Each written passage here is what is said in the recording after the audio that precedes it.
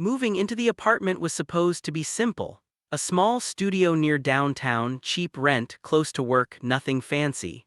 All I needed was a place to sleep, a desk to work on, and maybe someone to share the occasional late-night pizza. I never expected it to come with a roommate. Ryan, my new roommate. A guy I'd only met once during the viewing, yet somehow the universe had decided that we'd be sharing the same space for the foreseeable future. He was tall, with dark hair that fell just enough to shadow his sharp features, and eyes that honestly made me forget the rational part of my brain. That first day when he shook my hand and flashed that easy, disarming smile, I felt something shift inside me, though I didn't want to admit it. At first, living together was simple. We had rules, boundaries, the unspoken agreement that each of us would respect the other's space. I liked that. I liked the predictability. Ryan was tidy, responsible, and annoyingly charming. He made coffee like a barista, laughed at my terrible jokes, and somehow always knew when I needed a break. Weeks passed. We fell into a rhythm. Grocery shopping together, binging old sitcoms, sharing playlists, arguing over which takeout to order. He became more than a roommate, almost a friend. The kind of friend you can sit in silence with and feel perfectly comfortable. But then came the night that changed everything.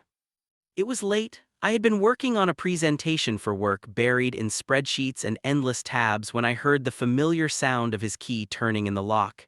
He was home early, and when he walked in, he looked different, tense, a little off. "Hey," I called, trying to sound casual. "Hey," he replied, voice low. He didn't sit, didn't even smile. He just leaned against the wall, arms crossed, staring at the floor. Something was wrong.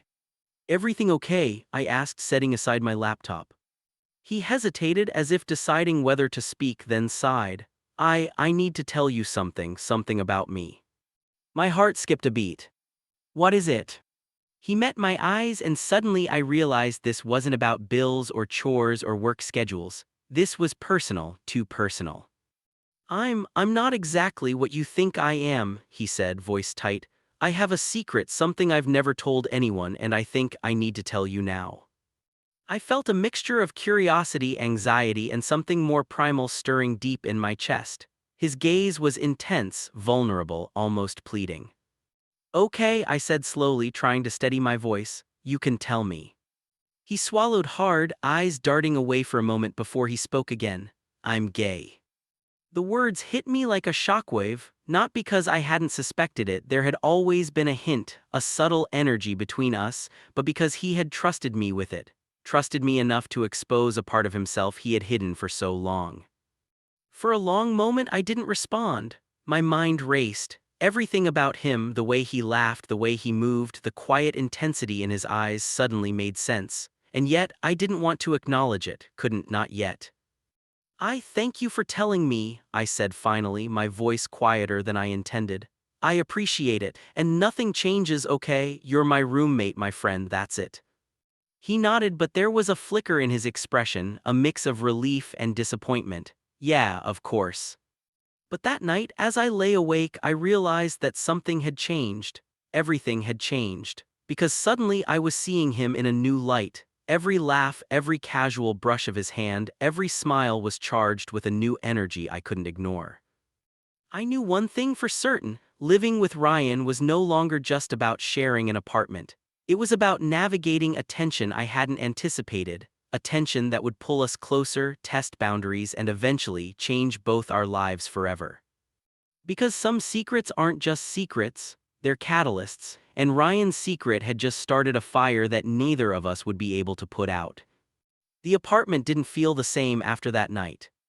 Nothing had physically changed. The couch was still sagging in the middle, the fridge still hummed too loudly, and Ryan's shoes were still kicked off near the door like he never quite remembered where they belonged.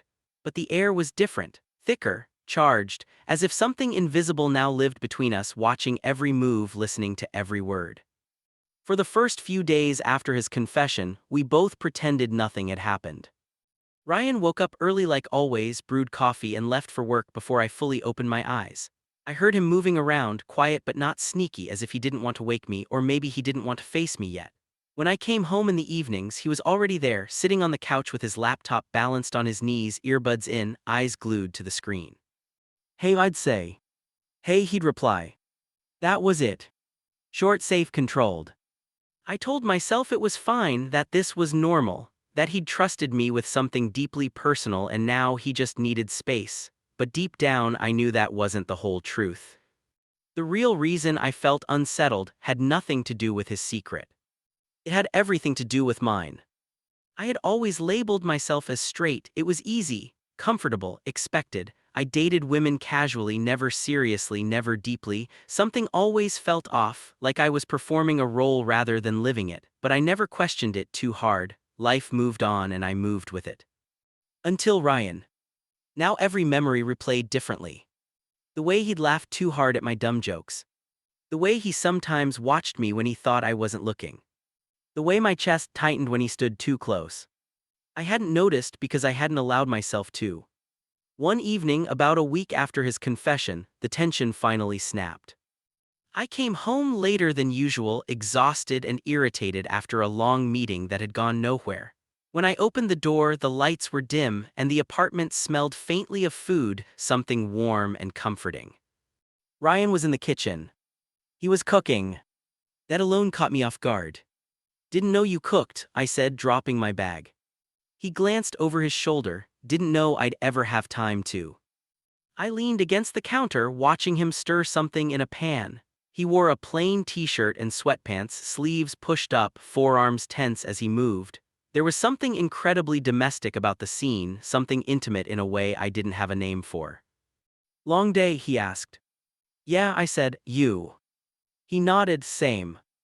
Silence settled between us, not awkward exactly but heavy, loaded.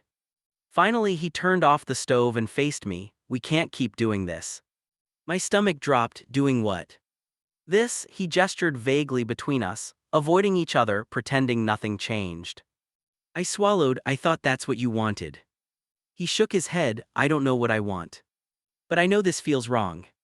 I pushed off the counter, suddenly unsure where to stand. "You came out to me, that's huge. I didn't want to pressure you or make it weird." A humorless smile tugged at his lips. "It's already weird." That was true. "I just need to know," he continued, voice quieter now, "that you don't see me differently, that you're not uncomfortable living with me." I hesitated, not because I was uncomfortable, but because I was afraid of what I did feel. "I'm not uncomfortable," I said carefully. His eyes searched mine. "That's not what I asked." I exhaled slowly. "I see you differently, but not in a bad way." The words hung there fragile. He stepped closer, not invading my space, just enough that I could feel the warmth of him. "Then how?" I opened my mouth, then closed it. My heart pounded so loudly I was sure he could hear it. "I don't know," I admitted. "I'm still figuring that out." Something softened in his expression. "That's fair." We stood there for a moment longer than necessary, neither of us moving, neither of us looking away. Then, as if realizing how close we were, Ryan stepped back. "I made pasta," he said, suddenly casual. "You hungry?" "Yeah," I replied, though my appetite was the last thing on my mind. Dinner was surprisingly normal. We sat at the small table, talked about work, complained about traffic, laughed at something stupid we'd both seen online. But beneath every word was a current of awareness. Every time his knee brushed mine, every time our hands reached for the same thing, it felt like a question being asked without words. After we finished eating, we moved to the couch like we always did. Old habits. Ryan picked a movie, some action flick we'd both seen a dozen times. He sat at one end of the couch, I sat at the other. The distance between us felt deliberate. Halfway through the movie, a storm rolled in. Thunder rattled the windows, rain pounding against the glass. The lights flickered once, then twice. "Great," Ryan muttered. And then darkness. The power went out. I laughed softly. "Guess that's movie night over." Ryan reached for his phone, using the flashlight. "I think there are candles somewhere." "I'll check," I said, standing. As I moved toward the hallway, thunder cracked loudly overhead, sudden and sharp. I froze for a split second, startled more than I'd like to admit. Before I could react, Ryan was beside me. "You okay?" he asked, instinctive concern in his voice. "Yeah," I said, just surprised. He didn't move away immediately. The candle light from his phone cast shadows across his face, highlighting his eyes, the curve of his jaw. We were close, too close. "Ryan," I started. "I know," he said quietly. "I won't cross any lines." Something in his tone, gentle, restrained, made my chest ache. But what if I want you to? I asked before I could stop myself. The silence that followed was deafening. His breath hitched. You don't mean that. I think I do. He searched my face as if looking for doubt, for fear, for a reason to stop. Instead, all he found was uncertainty mixed with something raw and real. This changes things, he whispered. I know. He hesitated, then slowly reached out, not touching me, just hovering, giving me every chance to pull away. I didn't. His fingers brushed my wrist, light as a question. Electricity shot through me, sharp and undeniable. Tell me to stop, he said. I didn't. Instead, I stepped closer. The kiss that followed wasn't rushed, it wasn't desperate. It was tentative, careful, filled with everything we hadn't said. His lips were warm, trembling slightly as if he was just as unsure as I was. When we finally pulled apart, neither of us spoke. We didn't need to. Because we both knew there was no going back. Whatever line had existed between us before, it was gone now. And the secret that had changed everything, it wasn't just his anymore. The next morning felt wrong. Not dramatic wrong, not obvious wrong, just quiet in a way that pressed on my chest like weight, the kind of silence that comes after something irreversible. I woke up on my bed, fully clothed, the faint gray light of early morning filtering through the blinds. For a split second, I wondered if the night before had been a dream. Then I remembered the kiss. The way Ryan's lips had lingered like he was afraid to let go. The way my hands had trembled, not from fear but from recognition. The way the world had narrowed down to just us, standing in the dark. My heart started racing again. I sat up, running a hand through my hair. From the other side of the wall I could hear movement. Ryan was awake. For reasons I couldn't explain, that terrified me. I waited, listening, the sound of the shower, the low hum of the bathroom fan, normal morning noises, too normal considering everything that had happened. I stared at the door to my room, half expecting him to knock. He didn't. By the time I finally stepped out, dressed and pretending to be calm, he was already in the kitchen. Coffee brewed, mug in hand, calm, controlled. Like nothing had happened. Morning, he said. Morning, I replied. Our eyes met for a fraction of a second, just long enough for something unspoken to pass between us. Then he looked away. That hurt more than I expected. We didn't talk about the kiss. Not then, not over breakfast, not when we both grabbed our things and left for work. It was like an unspoken agreement had formed overnight. Ignore it and maybe it will disappear. But it didn't. All day I was useless.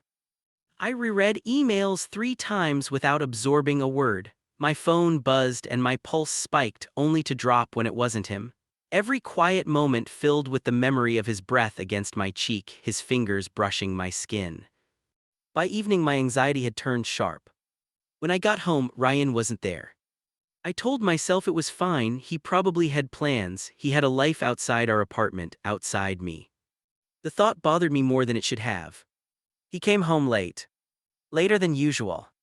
I was on the couch pretending to watch something when the door opened. He looked tired, emotionally tired, his shoulders sagged like he'd been carrying something heavy. Hey, I said softly. Hey, he replied, not quite meeting my eyes. He kicked off his shoes and headed straight for his room. Ryan, I said before I could stop myself. He paused in the hallway. Yeah. We should talk. He didn't turn around, not tonight. My chest tightened. Are you avoiding me? No, he said quickly, too quickly, then quieter. I'm trying not to make this harder than it already is. That stung. Harder for who? I asked. He turned then, frustration flashing across his face. For you, for me, for us. There is no us, I said, the words coming out harsher than I meant. He flinched. Silence stretched between us again. I didn't mean I started. I know what you meant, he said. His voice was calm, but there was something wounded underneath it. That's the problem. He went into his room and closed the door. I sat there long after, staring at the blank screen of the TV, feeling like I'd just done something irreparable. The next few days were worse. Ryan became distant, not cold but careful, polite, like we were coworkers instead of roommates, instead of 2 people who had crossed a line neither of us knew how to uncross. And then came the twist. It was Friday night when it happened. I came home earlier than usual and heard voices inside the apartment. Ryan's, unmistakably, and another man. Laughter. My stomach dropped. I stood frozen by the door, keys still in my hand, listening. Didn't think you'd actually invite me over, the other guy said. Yeah, well, Ryan replied, a forced lightness in his voice. Guess I felt like company. I pushed the door open. Ryan stiffened the moment he saw me. Oh hey, he said, you're home early. The guy beside him turned. He was good-looking in an effortless way, confident, comfortable, the kind of person who didn't doubt where he belonged. Hey, I said, my voice tight. This is Mark, Ryan added quickly, a friend. Mark smiled. Nice to finally meet you. Ryan talks about you a lot. That hurt more than it should have. Cool, I muttered. I retreated to my room, heart pounding, trying to convince myself I had no right to feel this way. Ryan was allowed to see other people, allowed to move on, allowed to protect himself. So why did it feel like betrayal? Later that night, after Mark left, I heard Ryan packing, then a knock at my door. I opened it to find him standing there, eyes tired, jaw tight. I didn't invite him to hurt you, he said immediately. I didn't say you did, I replied. You didn't have to. I crossed my arms. So what was that, a distraction? He winced. Maybe. Or a reminder that this, I gestured vaguely between us, was a mistake. His eyes darkened. Do you really think that? I hesitated. That was all the answer he needed. Good night, he said quietly and walked away. I closed the door, sliding down against it as the weight of what I'd done finally hit me. Because the truth, the one I'd been avoiding, was simple and terrifying. I was falling for him.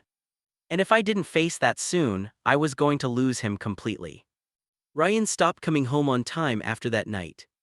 At first I didn't notice, or maybe I noticed and refused to accept it. He'd always been busy, long hours, unpredictable schedules, but this was different. This was intentional. He left early, came back late, and when he was home, he stayed in his room. The apartment felt emptier with him in it than it ever had when he was. I replayed our last conversation over and over in my head, my hesitation, my silence, the way I hadn't fought for him when I should have. I'd let fear speak louder than truth, and now I was paying for it. One evening, almost a week later, I came home to find a note on the kitchen counter. Gone for the weekend, don't wait up. Ryan. That was it. No explanation. No smiley face. No we'll talk later. Just distance written in ink. The panic hit me harder than I expected. I tried calling him, straight to voicemail. I told myself not to spiral, but the silence was louder than any argument. I barely slept that night, tossing and turning, haunted by the thought that I'd already lost him. When he finally came back Sunday night, I was waiting. Not dramatically, not angrily, just sitting on the couch, lights dim, pretending I hadn't been checking the door every 10 minutes. He froze when he saw me. We need to talk, I said. He sighed, tired, I figured. He dropped his bag and sat across from me, leaving space between us, too much space. I'm not mad, I said quickly, I just need to understand. Understand what? He asked. Why you're pulling away. He laughed softly without humor, because staying close hurts. That hit me square in the chest. I didn't ask you to disappear, I said. You didn't ask me to stay either. Silence. I stood up, packing. I was confused, I still am, but that doesn't mean what happened meant nothing. His eyes finally met mine. Then why did it feel like I was the only one risking something? The question cut deep. You think this is easy for me? I shot back. My whole life I've lived inside expectations I never questioned, and suddenly you happened. He swallowed. I'm not blaming you, he said quietly. I just can't keep being the only one brave enough to admit what this is. I stopped packing. What if I am admitting it? I asked. What if I just don't know how to say it yet? He stood too close now, emotions simmering just beneath the surface. Say it anyway, he said, messy, uncertain. I don't care. My throat tightened. I care. That's the problem, he replied, so do I. The tension between us snapped, not into passion but into something rawer. I kissed you because I wanted to, I said, not because I was curious, not because I was lonely. His breath hitched. I think about you more than I should, I continued. And that scares me because wanting you changes everything I thought I knew about myself. He searched my face, hope and fear colliding in his eyes. And he asked, "And I don't know if I'm strong enough to live in the in-between," I admitted, "but I know I don't want to lose you." That was when his walls finally cracked. He turned away, dragging a hand down his face. "Do you know what it's like," he said, voice breaking, "to finally let yourself want someone and realize they might never choose you?" My chest ached. "I didn't bring Mark over to replace you," he continued. "I brought him over to remind myself what safe looks like." "And did it work?" I asked. He shook his head. "No, because he was you." The words hung heavy between us. Slowly, carefully, I stepped closer. "I can't promise I have all the answers," I said, "but I can promise I won't run." He looked at me, then really looked, and something shifted. "Then don't," he whispered, "because I don't think I can survive you running again." This time when we kissed, it was different. Not tentative. Not desperate. Honest. Still gentle, still restrained, still YouTube safe. But full of choice. We pulled back, foreheads resting together, both breathing hard, not from desire alone but from relief. "This doesn't make things easy," I said. He smiled sadly. "Nothing worth keeping ever is." Outside, the city hummed on, unaware that two lives had just changed direction. And deep down, I knew this was only the beginning. Because choosing him meant facing the world. And the world was not always kind. Choosing Ryan didn't magically fix anything. If anything, it made everything more complicated. The days after our conversation were quieter but not distant, softer, careful. We didn't suddenly become a couple, we didn't label anything, but something unspoken had settled between us. We were trying. We cooked together again, sat on the same couch, laughed at stupid things.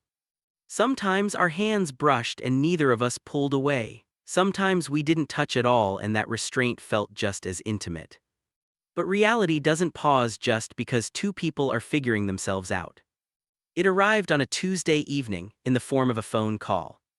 Ryan answered it while I was in the kitchen. I wasn't listening, not intentionally, but when someone raises their voice in fear, it carries.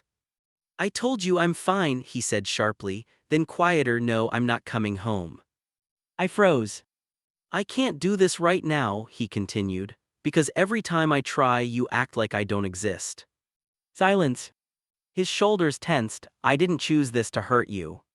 Another pause, longer this time. "Please don't come here," he said finally, "just don't." He ended the call and stood there, staring at his phone like it had betrayed him. "Your family?" I asked gently. He nodded. "They know," I said. "They know something," he corrected, "enough to make things uncomfortable, not enough to make things honest." I leaned against the counter. "Do you want to talk about it?" He hesitated, then sighed. "My mom called. She thinks I'm confused, that this is a phase, that I just need to come home and reset." Anger flared in my chest. "That's not fair." He gave a sad smile. "Families rarely are." That night I lay awake again, but this time not alone in my thoughts. I was thinking about consequences. Because choosing Ryan didn't just mean choosing him. It meant choosing uncertainty, judgment, questions I wasn't ready to answer. The real test came sooner than I expected. It happened at work. I was grabbing coffee in the break room when I overheard it. Two coworkers laughing, whispering. "Heard he lives with a guy," one of them said. "Seriously," the other replied, "figures." My stomach dropped. They noticed me then, the laughter stopped. "Oh hey," one of them said awkwardly. I nodded and left without my coffee. That night I told Ryan. He went quiet, jaw clenched. "I'm sorry," he said, "you didn't ask for this." "I asked for you," I replied. "I just didn't realize how loud the world would be." A few days later, things escalated. We were out just grabbing groceries, nothing dramatic, just existing. But when Ryan reached for something on a high shelf and smiled at me, someone nearby stared. Then whispered. Then laughed. I felt Ryan stiffen beside me. We paid quickly and left. The moment we got to the car, he exhaled sharply. "I hate this," he said. "The looks?" I asked. No, he said, the fact that you have to deal with them because of me. I turned to him, don't do that. Do what? Decide for me what I can handle. He met my eyes, I'm trying to protect you. And I'm asking you not to, I said, because I don't want protection, I want honesty. His expression softened, then be honest with me. I hesitated. That hesitation was everything. You're still scared, he said quietly. Yes, I admitted, but that doesn't mean I'm leaving. He nodded, but something fragile cracked behind his eyes. That crack broke open the following weekend.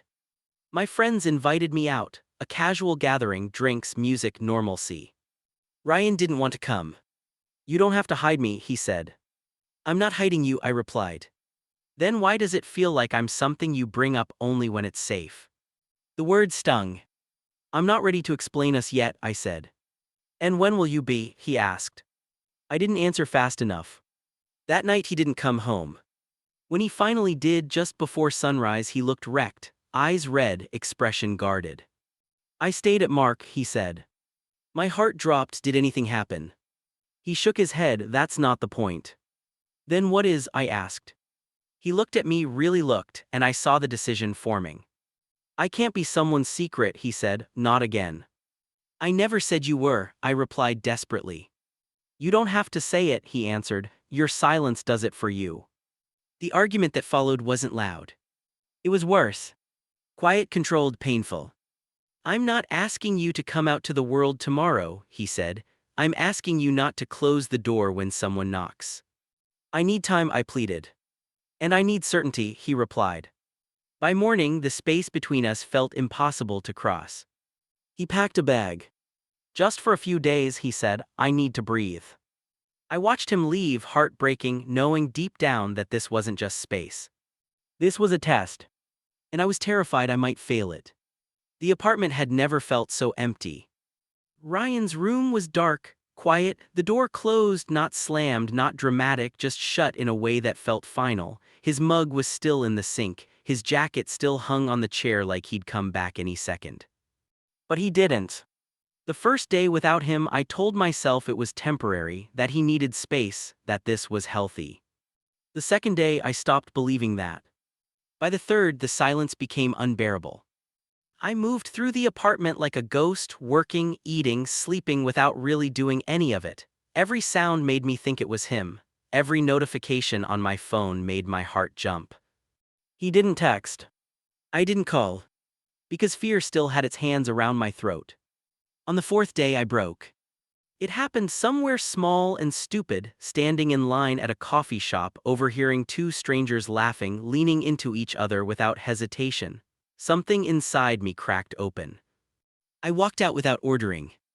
Back home, I sat on the floor of my room, back against the bed, phone in my hand. Ryan's name stared back at me from the screen. I thought about everything I'd avoided saying. Every moment I'd chosen safety over honesty. Every time I'd let him feel alone while standing right beside me. I realized something terrifying. I wasn't afraid of losing my identity. I was afraid of being seen. And in that fear, I was losing the only person who had ever made me feel real. That night, I went looking for him. Not carefully, not strategically. Desperately. Mark answered the door. He looked surprised to see me, then understanding crossed his face. He's not here, Mark said gently, but I know where he is. Please, I said, I just need to talk to him. Mark studied me for a moment, then nodded. There's an open mic night downtown, he goes there sometimes when he needs to disappear. I didn't thank him properly, I just ran. The place was packed, dim lights, crowded tables, the hum of voices layered over soft music. I scanned the room, heart pounding. Then I saw him. Ryan stood near the back, arms crossed, eyes fixed on the stage. He looked smaller somehow, more exposed. Someone was performing, singing about lost chances, about waiting too long. I pushed through the crowd until I was behind him. Ryan, I said. He stiffened. Slowly he turned. For a second he didn't speak. His eyes searched my face like he was bracing for disappointment. I didn't think you'd come, he said. I didn't think I'd let myself stay away, I replied. We stepped outside, the night air was cool, grounding. I'm not here to argue, I said quickly. I'm here because I was wrong. He exhaled sharply. About what? About thinking time would fix this, about thinking silence was safer than truth. He looked away. I've spent my whole life choosing the version of myself that made other people comfortable, I continued. And I told myself that was maturity, that was control. I stepped closer, but all it did was make me a stranger to myself. His jaw tightened. I don't want to live like that anymore, I said, and I don't want to live without you. He finally met my eyes. You can't say this just because you're scared of being alone, he said quietly. I'm not, I replied, I'm scared of losing you. Silence stretched between us, heavy with history. I can't be someone you love only in private, he said. I know, I said, and I won't ask you to be. His breath caught. I don't know what this makes me, I admitted. I don't have the labels figured out, but I know this: when you walked away, everything else felt empty. Tears shimmered in his eyes, he didn't wipe them away. I needed you to choose, he said. I am, I replied, right now, not later, not someday. He studied me, searching for hesitation. There wasn't any left. I don't need perfection, he said softly, I need truth. I nodded. Then here it is, I love you. The words felt terrifying. And right. He closed his eyes for a moment, like he was steadying himself. Say it again, he whispered. I love you. This time when he kissed me, it wasn't hidden, it wasn't cautious. People past us laughed, watched. And for the first time, I didn't pull away. When we broke apart, his forehead rested against mine. This doesn't mean the world will be kind, he said. I know, I replied, but I finally am. He smiled then, soft, real, vulnerable. Come home, he said. I will, I answered, if you'll let me. He took my hand. And this time I didn't let go. Coming home together felt different this time. Not like roommates returning after a long day. Not like two people pretending nothing had changed. This time it felt like a decision. Ryan unlocked the door, stepped inside, and for a moment just stood there, taking it all in. The apartment was exactly the same, yet somehow it was, because now nothing was being hidden. You sure? He asked quietly, glancing back at me. I nodded, I'm sure. That didn't mean I wasn't afraid.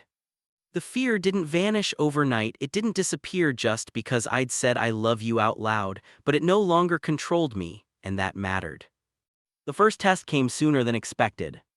Ryan's mom showed up unannounced 2 days later. I wasn't home yet. Ryan called me as soon as he saw her car outside the building. She's here, he said, I didn't invite her. My stomach twisted. Do you want me to come home? There was a pause, then yes, I want you here. That one sentence told me everything. When I walked in, his mother was sitting stiffly on the couch, hands folded in her lap. Her eyes moved to me immediately, sharp, assessing. You must be his roommate, she said. I am, I replied calmly, and I'm also the person he loves. Ryan's breath caught beside me. The silence that followed was heavy. This is sudden, she said finally. For you, Ryan answered, not for me. What followed wasn't explosive, it was worse. Questions disguised as concern, warnings disguised as advice, fear disguised as love. You're making your life harder than it needs to be, she said. Ryan straightened. I spent years making it easier for everyone else, it almost destroyed me. I reached for his hand, he didn't hesitate to take it. That small gesture changed everything. His mother looked at our joined hands, something unreadable passing across her face. She didn't accept it, not fully, but she didn't reject it either. I need time, she said quietly. So did I, Ryan replied, and I gave it to you. When she left, Ryan collapsed onto the couch, exhaustion flooding his features. You okay? I asked. He nodded slowly. I am now.